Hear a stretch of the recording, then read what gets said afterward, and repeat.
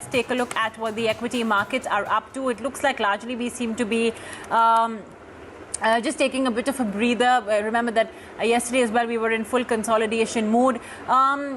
Today though it's looking a little interesting. We have the Nifty and the SENSEX which actually had gone down in the lower. They were in the red, but now once again a very sharp attempt to recover. As you can see on the intraday chart, there's been a very sharp rise for the Nifty and the SENSEX. The Nifty is gaining 1/3%. SENSEX is more or less flattish, which is gains of about 0.1%. Let's tell you then what are we flagging off in terms of movers and shakers. I think the one stock that I have on my radar is Titan Limited.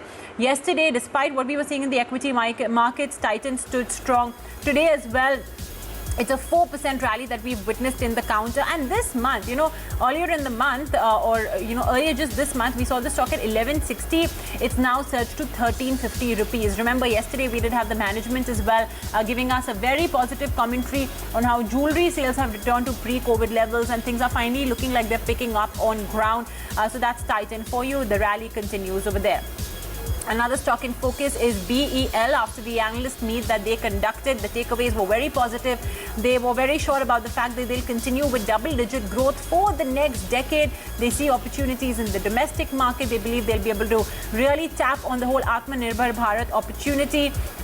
Smart cities is one segment where they're seeing a lot of promise. Defense and non-defense are key areas of growth according to BEL. Jefferies as well has maintained a buy. That's BEL for you, rallying in trade. Let's move on and talk about Emami. A very interesting development for Emami. As we know, Emami is a major in the FMCG space. But guess what? They are now foraying into home hygiene space. So they've launched floor cleaners, toilet cleaners, bathroom cleaners, sanitizers, dishwash gel. Basically, the need of the hour, the hot market right now of hygiene and sanitization.